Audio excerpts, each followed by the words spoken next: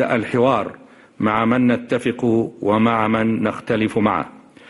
وهذا ما يحتاجه عالمنا المعاصر الآن للخروج من أزماته الخانقة. ومن هنا كان من الصعب على المسلم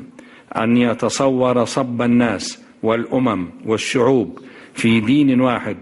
أو ثقافة واحدة، لأن مشيئة الله قضت أن يخلق الناس مختلفين حتى في بصمات أصابعهم. يقول القرآن: ولو شاء ربك لجعل الناس أمة واحدة ولا يزالون مختلفين. والمؤمن بالقرآن لا يشك في أنه ليس في إمكان قوة ولا حضارة أن تبدل مشيئة الله في اختلاف الناس، وينظر إلى النظريات التي تحلم بجمع الناس على دين واحد أو ثقافة مركزية واحدة، ينظر إليها نظرته إلى أحلام اليقظة